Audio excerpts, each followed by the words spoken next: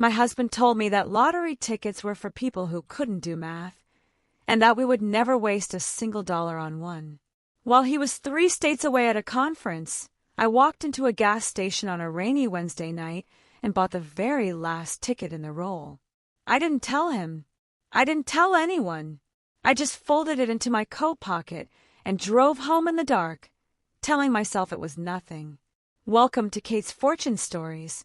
It's Kate again, and I'm so happy you're here with me. Before we begin, please subscribe to the channel and give this video a like. And tell me in the comments what city you're watching from. I always love seeing how far these stories travel. Don't forget to subscribe, because this story is only just beginning. People love to say that money can't buy happiness, and for most of my life, I believe them. But I know better now. Money didn't buy me happiness. It bought me the one thing I had been missing for 14 years without ever quite naming it: the ability to see my own life clearly without anyone else's hands adjusting the light. My name is Emily Carter. I was 41 years old, and I had spent 14 years married to a man named Nathan Carter in a town called Millbrook on the outskirts of Asheville, North Carolina. From the road, our house looked like something out of a magazine spread about successful young families.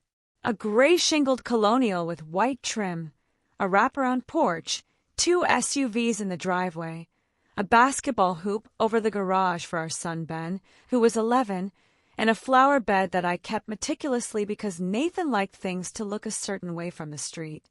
Nathan ran the family construction company, Carter & Sons, which his father had built from nothing back in the 70s, and which Nathan had inherited along with a very specific idea of what a wife was supposed to be. I had been a graphic designer before I married him, freelance, scrappy, proud of the small logo and branding jobs I picked up from local businesses. After Ben was born, Nathan suggested, gently at first, that I scale back. Just for a while, he said. Just until things settled. Things never quite settled. By the time Ben turned 5, I was doing occasional design work for a handful of loyal clients, tucked into the margins of a life that had somehow become entirely organized around Nathan's schedule, Nathan's preferences, and Nathan's spreadsheets. Because Nathan loved spreadsheets. He had one for the household budget, color-coded, updated weekly, and reviewed with me every Sunday evening at the kitchen table, the same way some families review report cards. He had never hit me. He had never even raised his voice in a way a stranger would have noticed. What he had was a particular skill for making every disagreement sound like a math problem I had gotten wrong. If I bought a new coat, he wouldn't say no. He would ask mildly whether I had checked the coat budget line for the quarter. If I wanted to take a pottery class on Thursday evenings, he would ask what it added to our life, in a tone that made the question feel less like curiosity and more like an audit. And there were rules, never spoken as rules, because Nathan was too careful for that, but understood as clearly as if they'd been engraved on a plaque above the refrigerator. No credit cards in my name. No unplanned purchases over $50. No, under any circumstances, lottery tickets. That one he said out loud, more than once, usually with a small, indulgent laugh, as if the very idea amused him. People who buy lottery tickets don't understand probability, he told me at a dinner party once, in front of 6 of his colleagues, while I sat there nodding along like a good student. It's a tax on people who can't do math, We're smarter than that.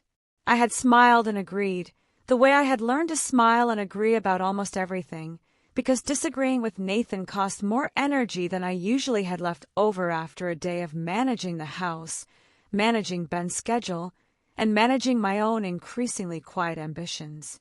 But there was a small, stubborn part of me that had always loved the idea of a lottery ticket, not because I believed I would win. I didn't, not really. I loved the $2 of pure, unaccountable possibility. A ticket was the one purchase in my entire life that didn't have to be explained to anyone. It fit in a pocket. It left no trace on a bank statement that Nathan would review. It was mine, entirely and uselessly mine, for the 2 seconds it took to hand over the cash. The week everything changed started ordinarily enough. Nathan flew out to Denver for a 4-day trade conference, the kind of trip he took 2 or 3 times a year, full of steel suppliers and permit consultants and men in quarter-zip sweaters comparing golf handicaps. He kissed my cheek at the door, reminded me that the mortgage auto-pay was scheduled for Friday and that I shouldn't forget to move money into the checking account to cover it, and rolled a suitcase out to the car. I stood in the doorway and watched him go, and felt, as I often did when he left, an unfamiliar looseness in my chest, like a belt being unbuckled after a long meal. That Wednesday evening, 3 days into his trip, I dropped Ben off for a sleepover at his friend Caleb's house and found myself with an entire evening that belonged to no one but me. I decided to drive into town for gas and a coffee, mostly because I didn't know what else to do with an unscheduled hour. The rain had just started, that thin, persistent Carolina rain that turns the streetlights into halos.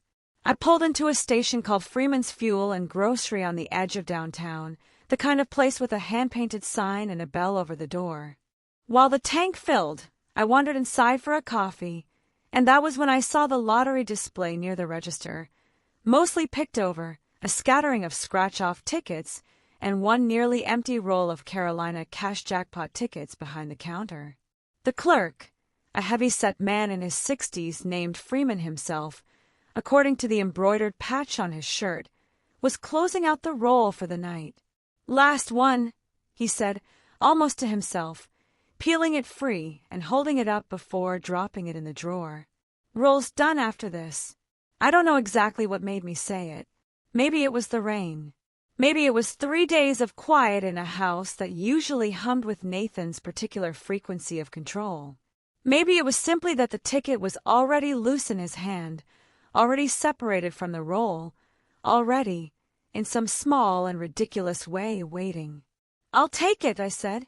He looked mildly surprised, the way people do when a woman in a barn jacket buys exactly 1 ticket instead of 10.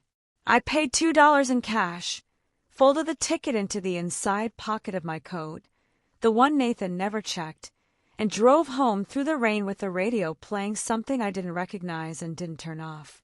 I put the ticket in a kitchen drawer, behind the spare batteries and the takeout menus, and I told myself, quite firmly, that it was nothing. A small rebellion. A $2 joke between me and no one at all. And then, the way you do with small rebellions, I forgot about it. Ben came home from a sleepover. Nathan called twice from Denver to remind me about the mortgage transfer and to complain about a supplier who was overcharging for rebar. I did 3 loads of laundry. Life continued in its usual grooves. It was Saturday morning, 2 days later, when I remembered. I was sitting at the kitchen table with my coffee, scrolling through my phone, when a local news notification caught my eye. An unclaimed Carolina cash jackpot ticket worth $68 million had been sold at a gas station in Buncombe County. My stomach did something strange and slow, like a step missed in the dark. I stood up, walked to the drawer, and pulled the ticket out from behind the batteries with hands that had already started to shake before my mind had caught up to why. I checked the numbers on my phone against the ticket once. Then I set the phone down, very carefully on the counter, because I was afraid I would drop it. Then I checked again. 7, 12, 19, 33, 41, bonus ball 9. All 6 numbers, printed in the faint gray ink of a machine that had, 4 days earlier, spit out the very last ticket in a nearly empty roll, sold to a woman who had told her husband exactly nothing. $68 million. $68 million. I sat down at the kitchen table and did not move for a long time. The coffee went cold beside me. The light shifted across the floor the way it does on a Saturday morning when the rest of the world is sleeping in, oblivious to the fact that your life has just quietly split into a before and an after. The first feeling was not joy. I want to be honest about that, because I think people expect joy. And joy is not what comes first when your entire nervous system has been trained, for 14 years, to treat unexplained money as a problem rather than a gift. The first feeling was a cold, precise fear the kind that makes you check the locks on the doors even though nothing outside has changed. My mind went immediately, helplessly, to Nathan, to the spreadsheet, to the Sunday evening reviews, to the particular tired patience in his voice whenever I had spent money he hadn't pre-approved. I picked Ben up from Caleb's house that afternoon, made dinner, helped him with a math worksheet that felt almost comically ironic given the numbers occupying my own head, and put him to bed at 8:30.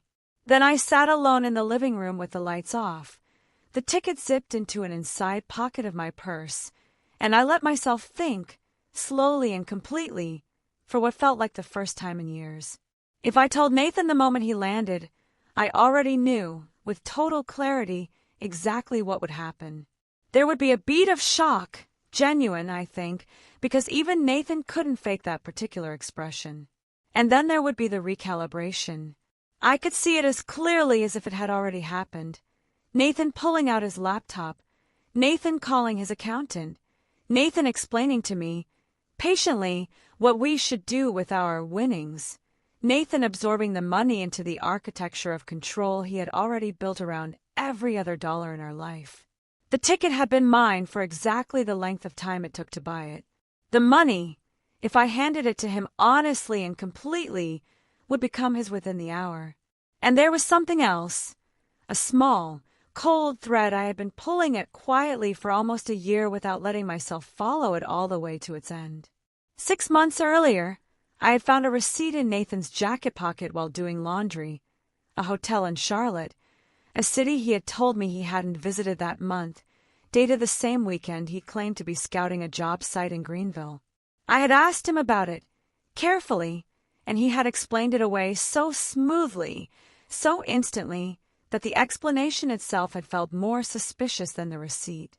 I had let it go, the way I had learned to let so many things go, filing it under a category in my mind labeled probably nothing, a category that had grown uncomfortably large over the years.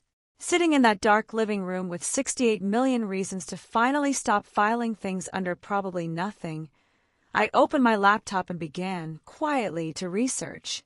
North Carolina lottery law, marital property, what happens to lottery winnings during a marriage.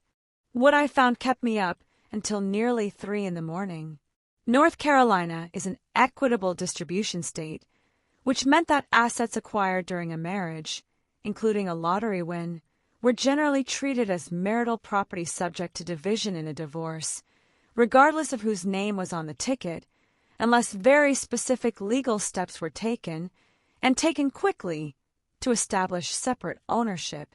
But there were structures, trusts, holding entities, legal frameworks that, if established properly and promptly, before any claim was filed and before any divorce proceeding began, could preserve winnings as separate property under the right conditions. I needed someone who understood exactly how to do that. Not a general practice attorney, but someone who specialized in this precise, strange intersection of sudden wealth and marital law. I found 3 names on a forum for lottery winners, the kind of quietly essential resource that exists for exactly the situation I found myself in, and I wrote them down on the back of Ben's math worksheet because it was the only paper within reach. Then I closed the laptop, sat in the dark a while longer, and thought about the life I wanted my son to grow up believing was possible. I thought about 14 years of Sunday evenings and color-coded spreadsheets. I thought about a hotel receipt from Charlotte and an explanation that had come far too fast and far too smooth. And somewhere around 3 a.m, the fear I had been carrying since I first checked those numbers finally settled into something else. Something with edges, something with a plan. I called the first name on my list Monday morning, Diane Foster, of Foster Whitlock Financial Law, in downtown Asheville. I told the receptionist I had an urgent and sensitive lottery matter, and there was that particular pause on the line I would come to recognize as the sound of a professional recalibrating her Tuesday. She offered me an appointment for the following morning at 9. I drove into Asheville with the ticket sealed inside an envelope inside my purse, parked 3 blocks away out of some instinct I didn't examine too closely, and sat across from Diane Foster in an office that smelled like old books and strong coffee. Diane was somewhere in her late 50s, silver-streaked hair pulled back neatly, reading glasses pushed up on her head, and an expression of calm, professional unshockability that I found enormously reassuring. I told her everything: the ticket, the numbers, Nathan, the spreadsheet, the receipt from Charlotte. She listened without interrupting once, which was, I realized partway through, the first time in longer than I could remember that anyone had let me talk for that long without redirecting the conversation back to something they wanted to say. "First," she said, when I finished, "do not lose that ticket. Second, North Carolina gives you a very specific window to claim a jackpot like this, and every day that passes without a proper legal structure in place increases your exposure. We can move quickly, but we need to move now." She outlined a plan similar to what I had read online, but with details I hadn't been able to find on any forum: an irrevocable trust established in my name alone, funded specifically and traceably from the ticket purchase, structured to receive the winnings directly through the Lottery Commission's anonymous claim process, which North Carolina, like several states, permitted through a properly formed legal entity. It would take real work, real speed, and real discretion, but it was possible, especially since I could document, cleanly, that the $2 used to buy the ticket had come from my own pocket, from cash I happened to have on hand that week from a small design invoice a client had paid in cash. "One more question," Diane said, setting down her pen and looking at me directly. "Are you currently planning to end your marriage?" I looked out her window at the mountains, blue and hazy in the morning light, and I gave her the only honest answer I had. "I don't know yet. Right now I'm just trying to understand my options." She nodded, unbothered, as though that answer settled something for her, too. "Then let's get the paperwork started, and you can decide the rest as you go." Nathan came home from Denver on Sunday evening, tan from a golf outing with the steel suppliers, full of stories about a supplier negotiation he was particularly proud of. I had dinner ready, his favorite, pot roast, and the house was clean in the specific way he liked it clean. Ben ran to hug him at the door. Nathan kissed my cheek, set down his suitcase, and asked, almost as an afterthought, whether the mortgage transfer had gone through on time. It had. I told him so. We ate dinner like a completely ordinary family, and I watched him across the table, searching his face for some sign that he could sense the change sitting quietly beneath the surface of our kitchen, some shift in the atmospheric pressure of our marriage. There wasn't one. Nathan talked about the supplier deal, asked Ben about a school project on the water cycle, complimented the pot roast. I smiled, refilled water glasses, and said almost nothing, and if he noticed my quiet he attributed it, later that night, to me being tired, which I confirmed with a small nod because it was easier than the truth. It was the following Thursday that the second piece of the puzzle found me, though I want to be honest and say I wasn't entirely looking for it, even if some small, watchful part of me had been waiting for an opening for months. Nathan had left his laptop open on the kitchen island while he showered, a message notification glowing on the screen from an app one didn't recognize, something called Trail Map that I later learned was a hiking and outdoor meetup platform. I told myself I wasn't going to look. I told myself that for approximately 40 seconds. Then I looked. The message thread wasn't with a hiking buddy. It was with a woman named Dana Reyes, and the messages stretched back nearly 8 months. Casual at first, then increasingly not. Dinners in Charlotte that had never been mentioned to me, a weekend conference in Greenville that lined up, date for date, with the hotel receipt I had found and let go of. I am not going to reproduce the messages here, in the same way I still don't reproduce them in my own head if I can help it, because some things, once read, sit permanently in a person's chest, whether you want them there or not. What I will say is that it was not new, and it was not innocent, and reading it felt less like discovering something, and more like finally being handed language for a feeling I had been carrying, unnamed, for the better part of a year. I photographed the screen with my phone, closed the laptop exactly as I had found it, and walked out to the back porch, where I stood in the cool spring air until my pulse returned to something resembling normal. I want to say I was devastated. I was in a way, but underneath the devastation was something else, something almost like relief, the specific relief of finally having outside evidence for an internal alarm you had spent a long time telling yourself was probably nothing. I texted Diane Foster that night. I have additional information relevant to our case. Can we meet again this week? She wrote back within the hour. Thursday, 10 a.m. Bring everything. Over the following 3 weeks, Diane and I moved with a kind of quiet, coordinated speed that I found, to my own surprise, deeply satisfying. The trust, which Diane's paralegal had started calling, with dry affection, the Freeman Trust, after the gas station where I bought the ticket, was formalized and funded. The claim was filed through the trust's registered agent, kept out of any public record that would immediately connect it to my name or to Nathan's, exactly as North Carolina's anonymous claim provisions allowed.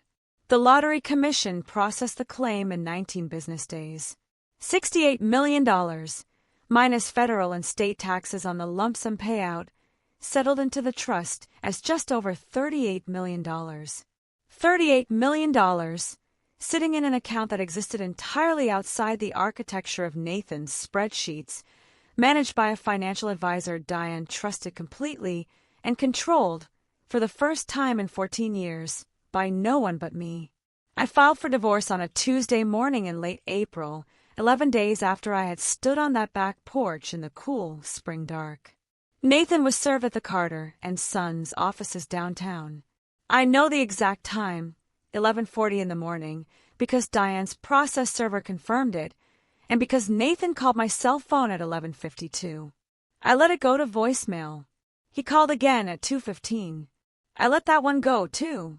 When Ben's school pickup line ended and I had my son buckled safely into the back seat, listening to him talk about a science fair project involving baking soda volcanoes, I finally answered the third call at 4:40. "What is this?" Nathan said. Not a question. A demand dressed as one, in the exact tone he used when a supplier had missed a deadline. "I think the paperwork explains itself," I said, pulling into our driveway. "We haven't even talked about this. You can't just— This is insane, Emily. I'm coming home right now." "You live here," I said. "You're welcome to come home. I just asked that you not raise your voice in front of Ben. He didn't come home that night. He stayed, I later learned, at his parents' house on the other side of Millbrook. His mother, Barbara Carter, arrived at my front door the following Saturday afternoon, dressed in a cream blazer, carrying a foil-covered dish of something she never actually offered me, and wearing an expression that suggested I had personally rearranged the laws of physics for her inconvenience. Barbara had never particularly liked me, in the specific, well-mannered way of a woman who has decided a person is pleasant but insufficiently serious. She had spent 30 years as the bookkeeper for Carter and Sons before handing the role to Nathan's younger sister, and she had very firm opinions about what a Carter wife's responsibilities looked like. "I think we need to talk," she said, stepping past me into the kitchen before I had fully opened the door. "Come in," I said, mostly because she already had. Diane had warned me this would happen. "The family will try to reach you before the lawyers do," she'd said. "Stay calm. Say less than you want to." Barbara sat at my kitchen table, the same table where I had once done Ben's math homework, and weeks later sat with a lottery ticket shaking in my hands, and folded her manicured hands in front of her. "Nathan told me about some kind of trust," she said. "A lottery trust. Emily, what exactly have you done?" "I won the lottery," I said, "and I protected the winnings through completely legal means." "You hid money from your husband." Her voice had the particular sharpness of someone rehearsing a line she'd practiced in the car. "Do you understand what that looks like to a judge? The trust was established with funds that were legally mine before any divorce filing existed," I said. "My attorney is very confident in our position." Barbara's mouth tightened into something that reminded me, uncomfortably, of Nathan's expression during Sunday budget reviews. You're making a serious mistake. Nathan is willing to be reasonable about all of this. There's no reason this needs to become ugly. If you're asking me to drop the filing, I said, I won't be doing that. This affects the whole family. Emily, this company has Nathan's father's name on it. His grandfather built the first crew from nothing. Do you understand what a public divorce, dragged through the courts over money, does to a family business built on trust? It was, I realized, the actual center of her visit, buried under 2 layers of concern about me. Not my well-being, the company's reputation. Barbara, I said, and I was quietly pleased to hear how steady my own voice sounded. I understand this is difficult for your family, but this decision is made. If Nathan wants to discuss terms, his attorney can speak with mine. She stood, smoothing her blazer, and paused at the door with her hand on the frame. This money is going to ruin you, she said. It was meant, I think, to sound like wisdom. It sounded like a threat wearing wisdom's coat. Maybe, I said, but at least it'll be my ruin to have. She left without taking her foil-covered dish. I put it directly in the trash, sat down at the table, and let myself shake for exactly the length of time it took the kettle to boil. Then I made tea, called my sister Rachel in Charleston, and said, I need to come stay with you and Ben for a few days. I'll explain everything when we get there. Rachel didn't ask a single question beyond what time we'd arrive. I packed 2 bags, buckled Ben into the back seat with his tablet and a bag of pretzels, and drove 3 hours south on I-26 while the sun set behind us and Ben eventually fell asleep against the window. I turned the radio up low and let myself simply exist, without planning anything, for the length of a single-car ride, which felt, at the time, like an enormous luxury.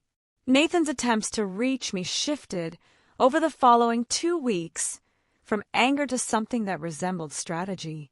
First came a bouquet of white lilies, delivered to Rachel's house somehow, with a card that read, I miss us.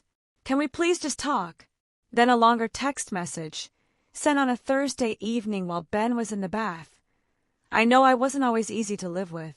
I take responsibility for some of that. But think about what we could build together with this money, Em. Think about Ben's future. I read that message twice. Think about what we could build. There it was again, the exact architecture of Nathan's mind laid bare in 7 words. Even confronted with the collapse of his marriage, his instinct was to describe our future as a construction project, with himself, presumably, as general contractor. He had not written, I love you. He had not written, I am sorry for Dana Reyes and for 14 years of spreadsheets and audits disguised as questions. He had written about what we could build, as if $38 million were simply new land waiting for him to break ground. I did not respond. Nathan's attorney, a man named Preston Hale with a reputation, according to Diane, for aggressive opening positions and thin follow-through, sent a formal letter the following week arguing that the ticket had been purchased with funds indistinguishable from marital income and that the trust represented an improper attempt to shield marital assets from equitable distribution. Diane read it over her glasses, set it down without visible concern, and said, This is exactly what I expected them to argue. We'll respond in kind. I stayed with Rachel for 8 days. Rachel was 44, divorced herself for almost a decade, and she had a gift I had always envied, the ability to sit with a person in crisis without filling every silence with advice or reassurance or her own opinions about what should happen next. On the 3rd night, over wine on her back porch, she said, You know what I keep thinking about? All those Sunday calls you used to make when Ben was small. You always sounded like you were phoning me from inside a very small closet. I looked at her, surprised, because I hadn't realized she'd noticed. I figured you knew what you were doing, she said. People have to find their own way out of their own closets. My closest friend from college, Nora Whitfield, drove down from Raleigh to join us for a weekend, and the 3 of us sat in Rachel's kitchen eating takeout, and I told them everything. The ticket, the trust, the Diane, the messages with Dana Reyes, the visit from Barbara. Nora was quiet for a moment after I finished. Then she looked up and said, "I need you to hear something. In about 6 weeks, you bought a $2 ticket in secret, won $68 million, hired an attorney, established a legal trust, gathered evidence of an affair, filed for divorce, stood your ground against your mother-in-law, and drove yourself and your son to Charleston. All of that. You did all of that." "I did," I said. "Emily," she said, "where has this version of you been hiding for 14 years? I didn't have a clean answer, but sitting in Rachel's kitchen with these 2 women who had known me before Nathan, who had watched me slowly compress myself into a smaller and quieter shape over the years without ever quite saying so out loud, I felt something I hadn't felt in longer than I could measure. I felt like the person I had been before I learned to make myself smaller for someone else's comfort. When I drove back to Millbrook 8 days later, I was not the same woman who had left, and I think, somehow, Nathan sensed at the moment he saw me through the window of his truck, idling outside our house on a pretext he hadn't cleared with me in advance.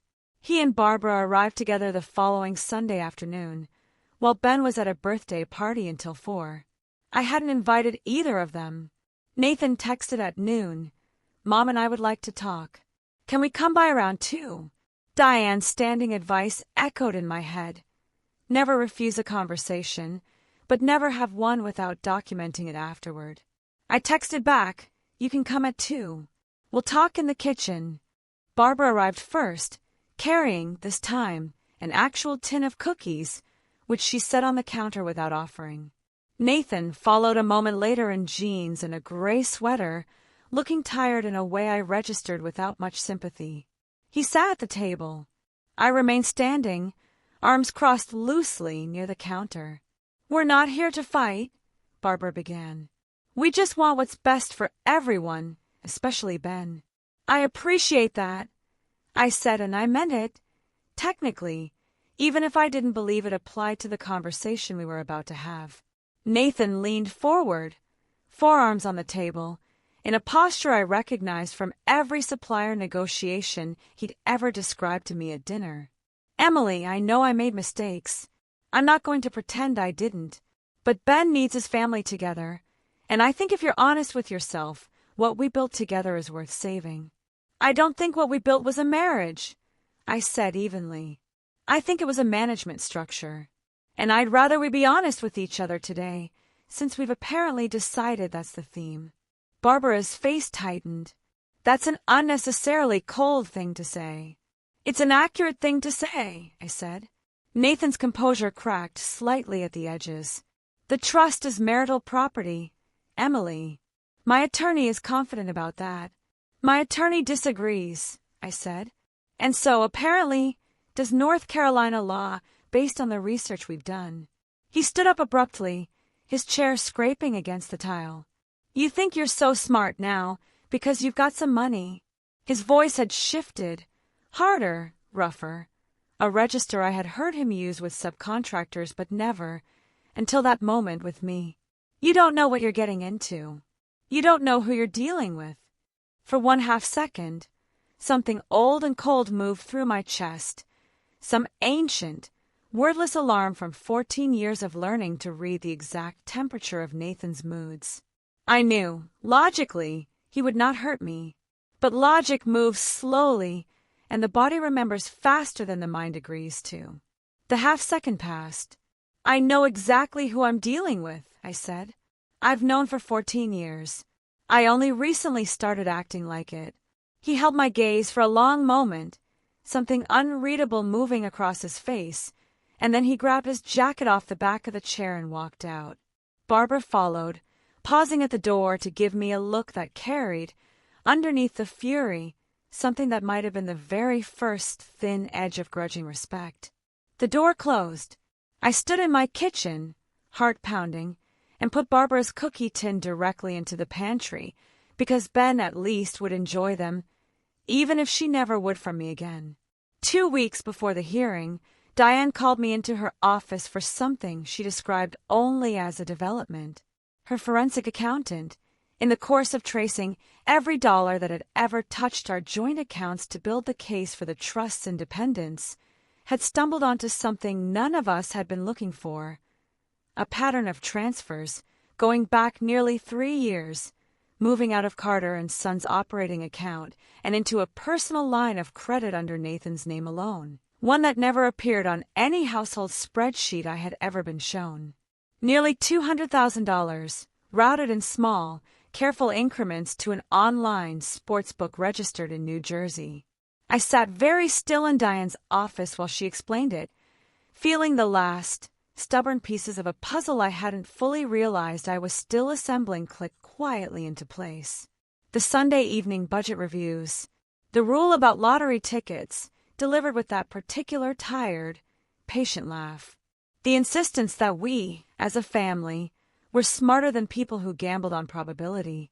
I had always assumed it was simple control, an expression of Nathan's general belief that he understood money better than I did. It had never once occurred to me that the man lecturing me about the foolishness of games of chance was, at that very moment, quietly losing our family's money to exactly that. "Does this change anything?" I asked Diane. "It strengthens our position considerably," she said. "It also explains a few things you may have been wondering about for a long time." She was right about that. It explained, among other things, why Nathan had always reviewed my spending with such specific, anxious intensity, as though every $50 coat purchase represented a genuine threat to our stability, when the actual threat had been sitting in a browser tab on his own laptop the entire time. It explained, too, a strange conversation from 18 months earlier, when he had suggested, almost in passing, that we consider refinancing the house, an idea I had gently talked him out of at the time without ever understanding what it had really been protecting against. I thought, that night, about calling Barbara, some old habit of instinct telling me she deserved to know what her son had been doing to the business her husband had built. I didn't in the end, because I realized, somewhere around midnight, that it wasn't my responsibility to manage the consequences of Nathan's choices for his own family any longer. I had spent 14 years absorbing the fallout of decisions I hadn't made. I was finished doing that, for him or for anyone else.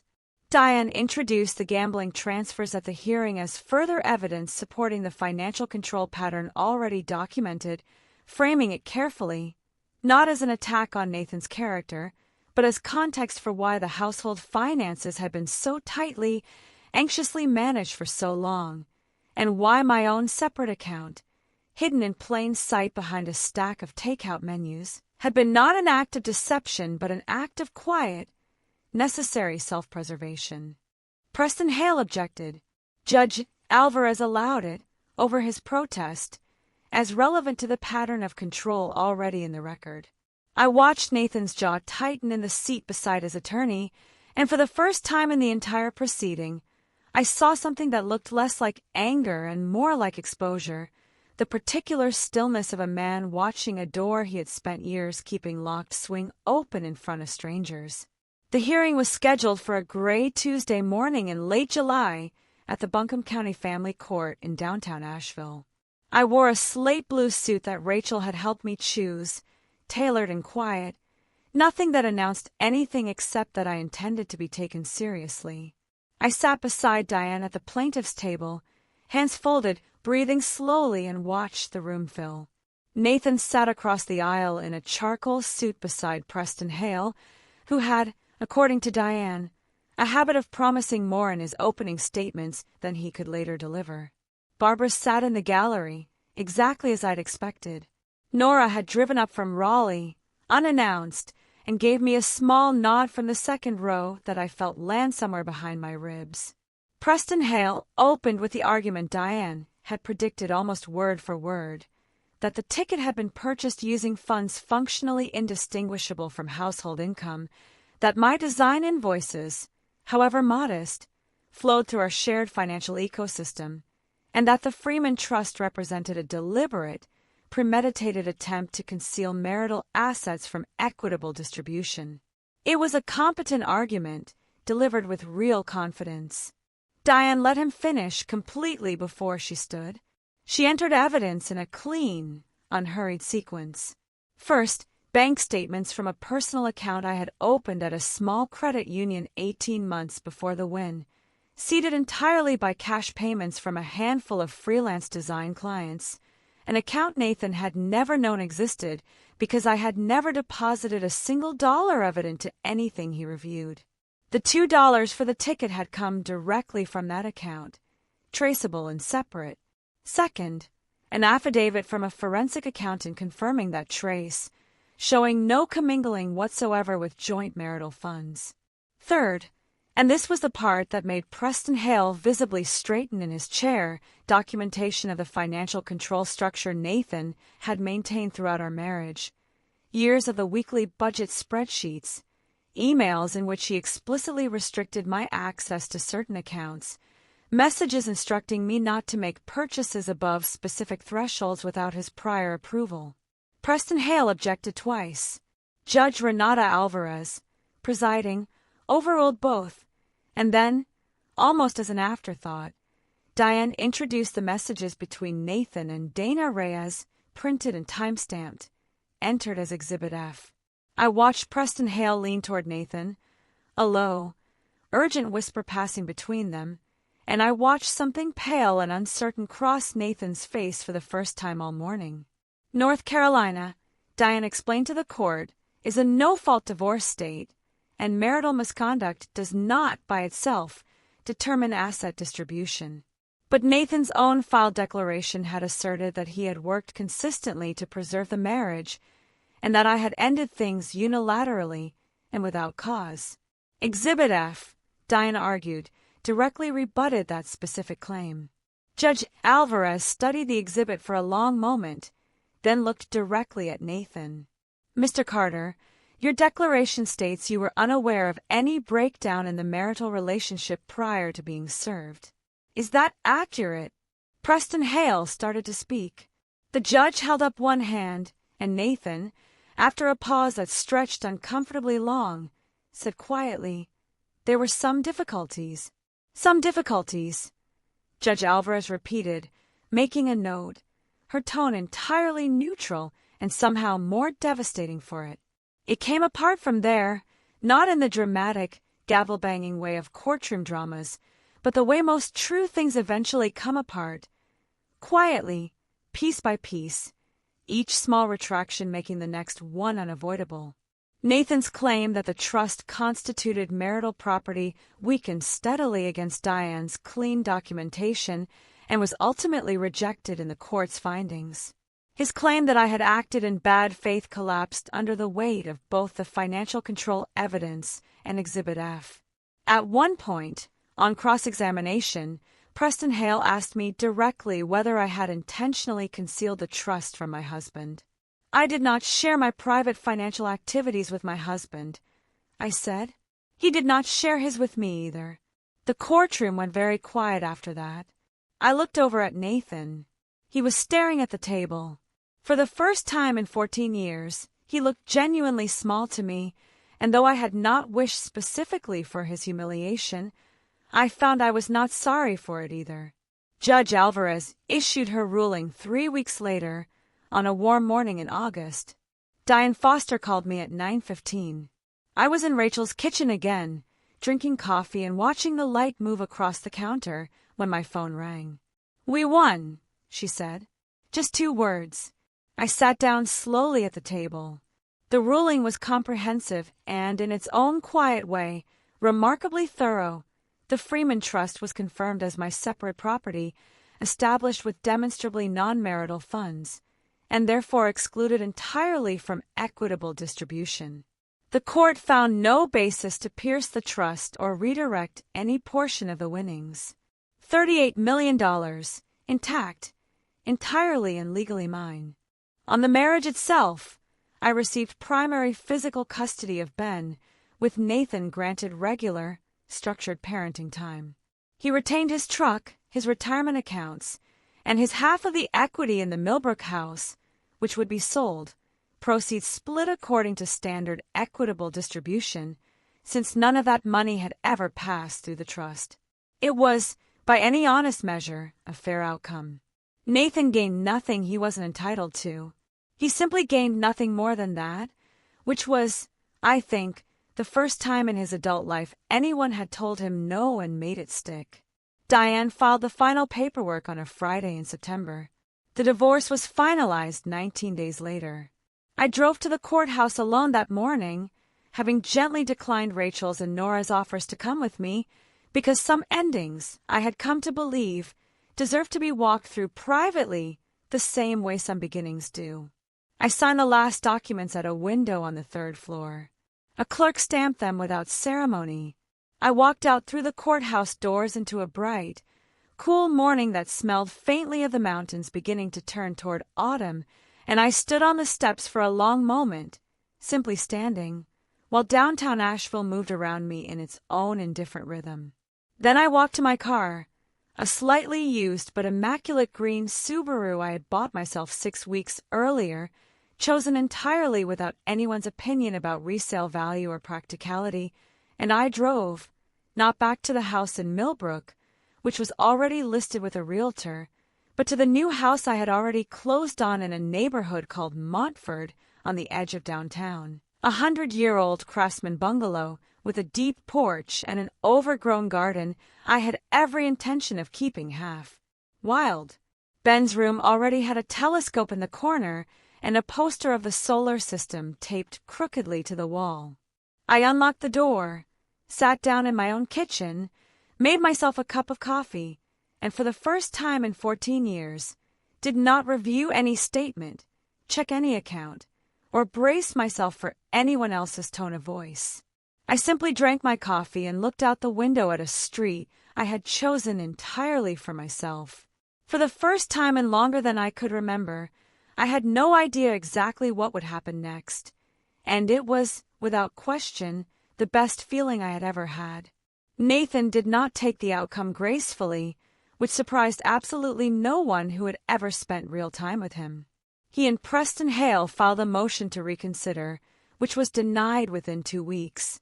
He made an ill-advised comment at Ben's school pickup line one afternoon, in front of several other parents, that resulted in a brief, precisely worded letter from Diane's office that seemed to settle the matter entirely. He stopped after that.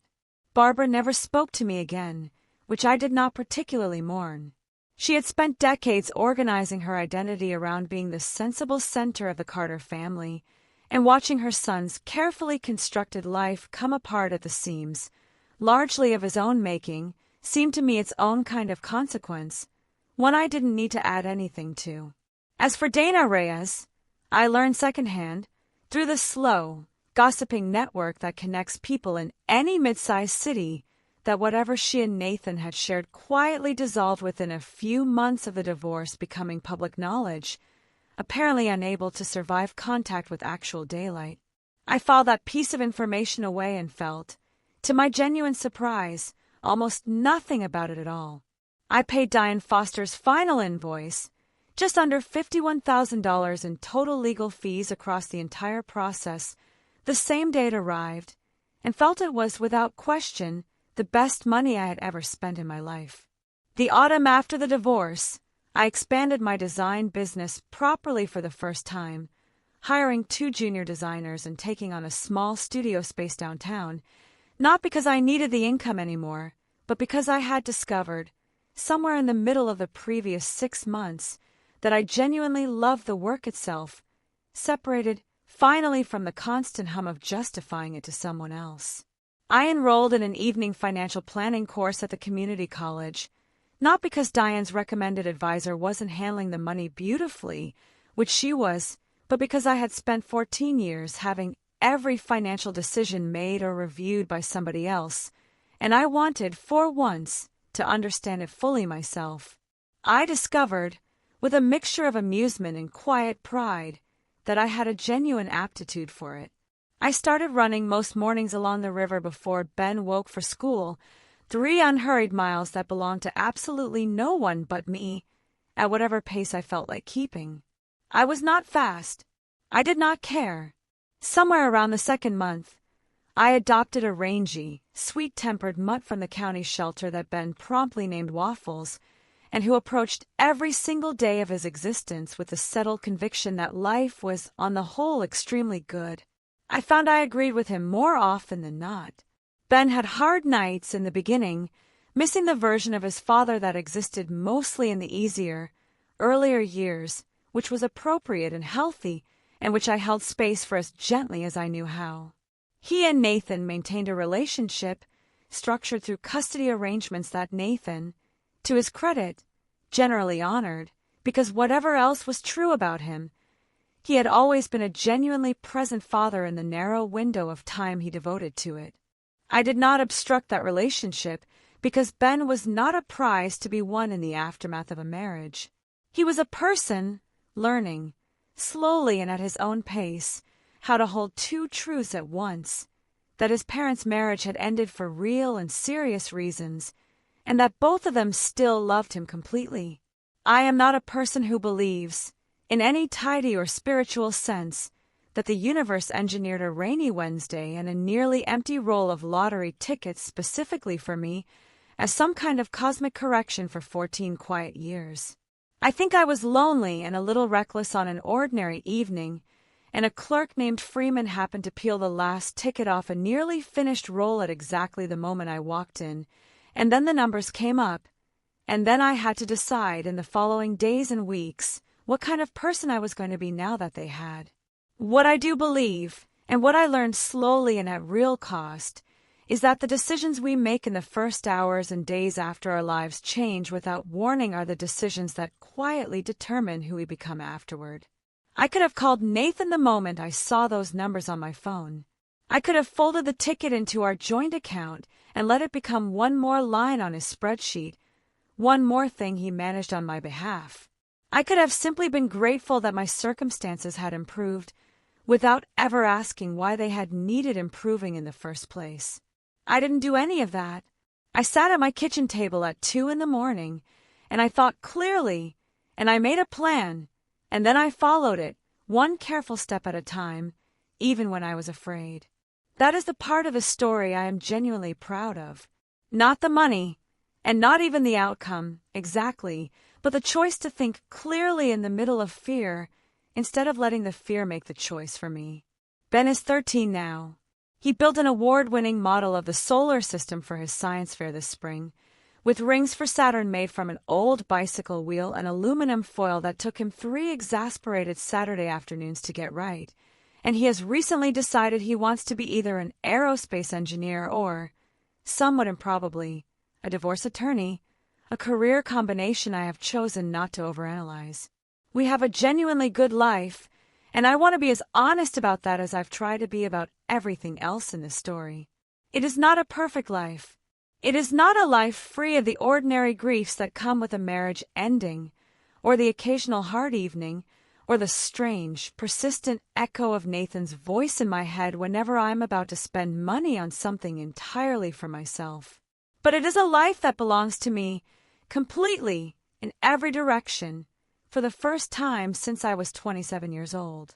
What would you have done if you'd been standing at that counter, watching a clerk peel the very last ticket off an almost empty roll? I'm not asking to judge, because I genuinely don't think there's one right answer. I'm asking because I believe most of us get a moment like that eventually, maybe not a lottery ticket, maybe something quieter and smaller, but a moment where we're handed an unexpected chance to choose ourselves for once. And the only real question is whether we recognize it when it finally arrives. Some nights, when the house is quiet, I still think about that clerk peeling the last ticket off the roll, and how close I came to simply saying no thank you, the way I had for so many small pleasures over so many years. I'm grateful some stubborn part of me finally said yes. If this story stayed with you, I would love to hear your thoughts in the comments below. And thank you, truly, for staying with me all the way to the end.